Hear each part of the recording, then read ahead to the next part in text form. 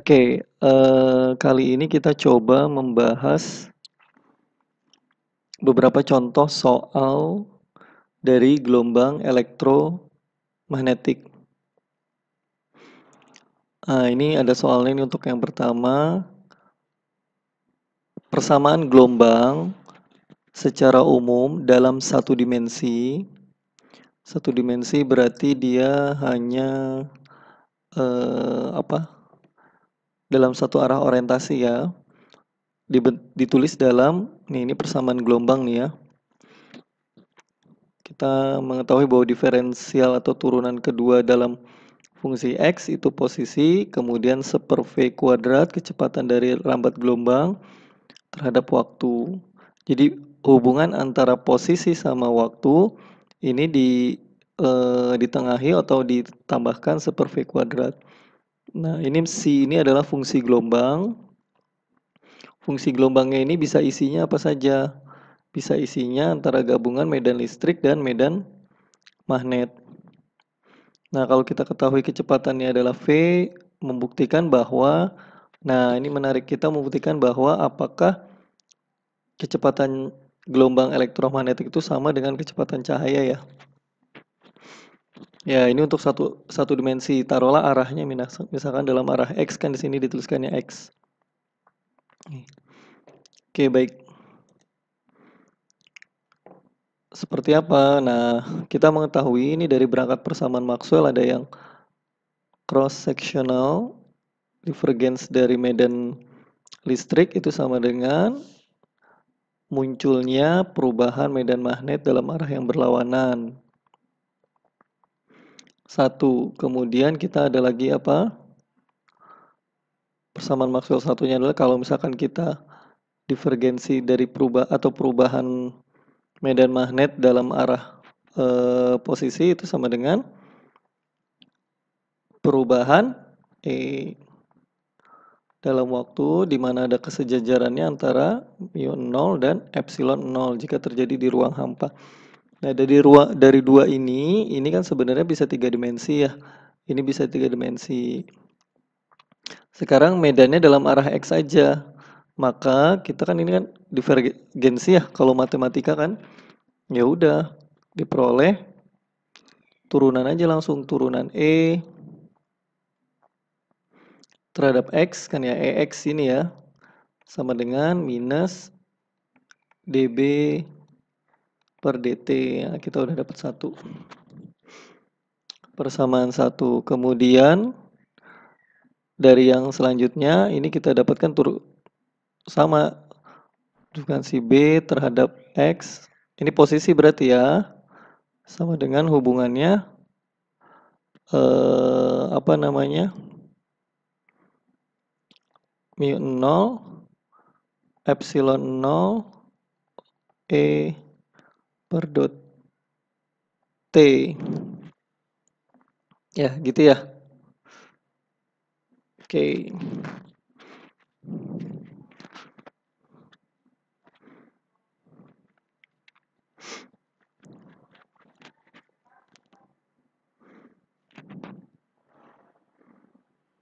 Ya, kemudian selanjutnya kita turunkan. Misalkan kita turunkan ini 2 kali X kuadrat, maka sama dengan minus do per do X. Misalkan kita turunkan ini terhadap X ya, ininya kan ini deh.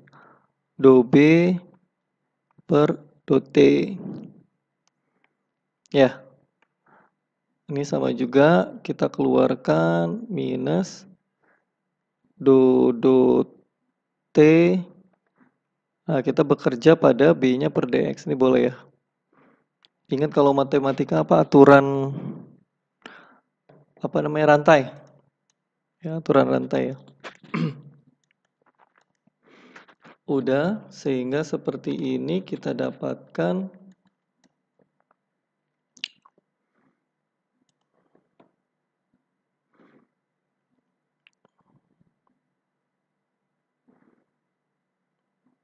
kita lanjutkan ini ya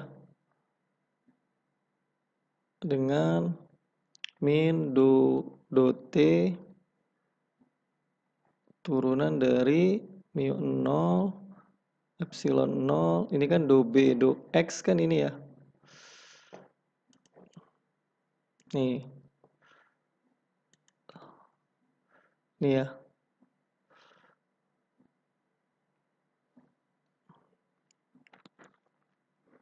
DE per DT. Ini ada minus ya. Ini minus ya.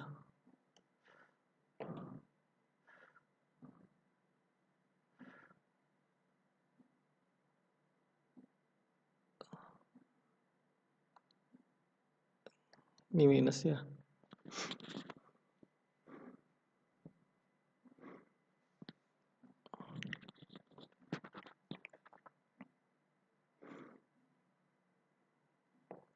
Kemudian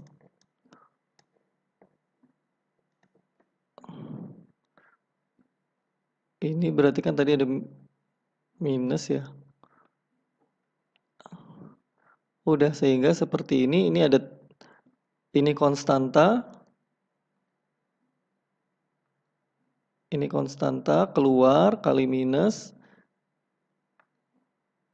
Minus positif berarti mu 0 epsilon 0 ini turunan 2 kali d kuadrat E per dt. Nah ini tadi apa? Do kuadrat E per dx. Nah udah ketemu nih. Ini dalam komponen X, posisi ini dalam komponen waktu. Sama dengan tadi berarti ya, sama dengan apa? Do si per do X sama dengan seper V kuadrat do si per do T.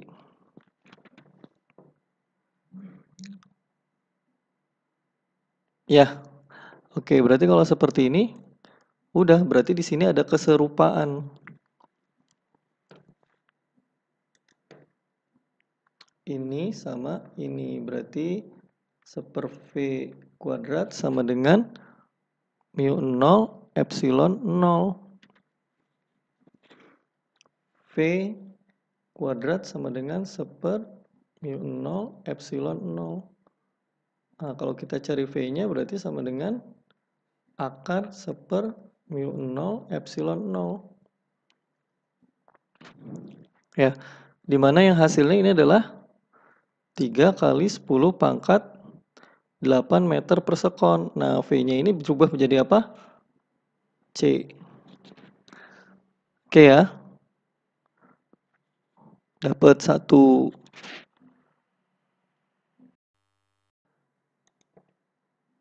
Ya, selanjutnya soal kedua, diketahui laju rambat gelombang elektromagnetik dalam ruang berdielektrik.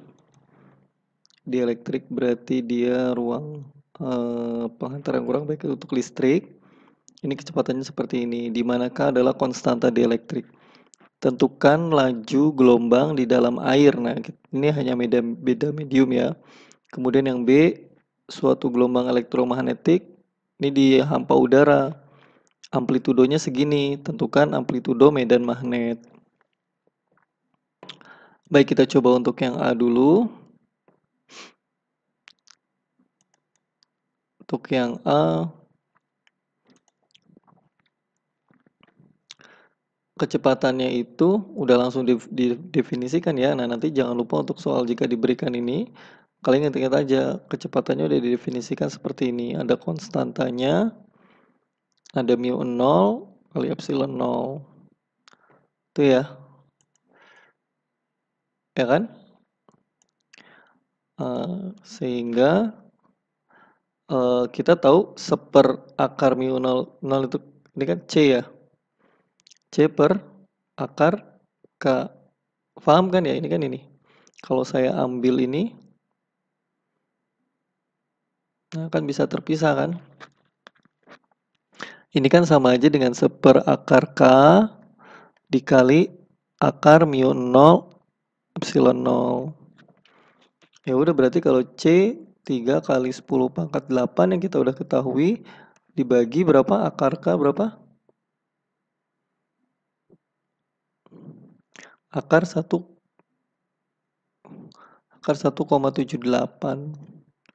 Itu sekitar, ini kalau kalian dapat 2,25 kali 10 pangkat 8. Jadi jika medan medium, kecepatannya juga beda ya. Oke. Selanjutnya untuk yang B. Nah, ini untuk yang B mudah. Kita mengetahui bahwa kecepatan cahaya itu merupakan medan listrik dibagi medan magnet, sehingga kita dapatkan B-nya 220 volt per meter dibagi 3 kali 10 pangkat 8 kecepatan cahaya, sehingga sekitar apa namanya? Tuh, tinggal ini ya. Nah, ini kalian bisa hitung. Ini kan meter per second. Ya. Oke. Selanjutnya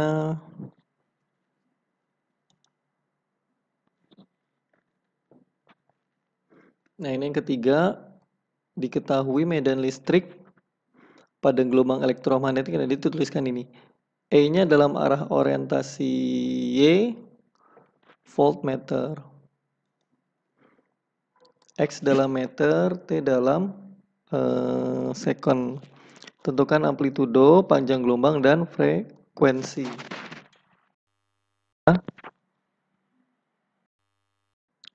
Kita mengetahui amplitudo medan listrik mana? Ini 100 ya. Ini bentuk sinusoidalnya dengan ada omeganya di sini. Maka kalau untuk amplitudo medan magnet, kita carinya yang pakai tadi. C sama dengan E per B. Sehingga medan magnetnya B sama dengan E per C. E-nya berapa? 100 amplitudonya. Kalau ini amplitudo, maka ini juga amplitudo. 100 ini bagi C-nya 3 kali 10 pangkat 8, sehingga kalian mendapatkan sekitar 3,3 kali 10 pangkat minus 7 Tesla. Kecil banget ya. Oke, selanjutnya yang B. Panjang gelombang. Ini udah diketahui panjang gelombang lambda sama dengan 2pi per K. Ingat-ingat ya untuk gelombang ya, 2pi per 10 pangkat 7 sama dengan 6,28 kali 10 pangkat minus 7 meter. Kecil karena gelombangnya elektromagnetiknya kecil. C, apalagi? Frekuensi. Frekuensi itu sama dengan kecepatan cahaya dibagi lambda sama dengan 3 kali 10 pangkat 8 per kita udah dapat 6,28 kali 10 pangkat minus 7. Nah, ini frekuensinya gede banget ya. Minus 7 pindah ke atas. 3 bagi 6,8, 4,77 kali 10 pangkat 14 Hz. Ya, oke, lumayan ini untuk 3 soal ya untuk kalian dapat latihan. Silahkan dicobakan.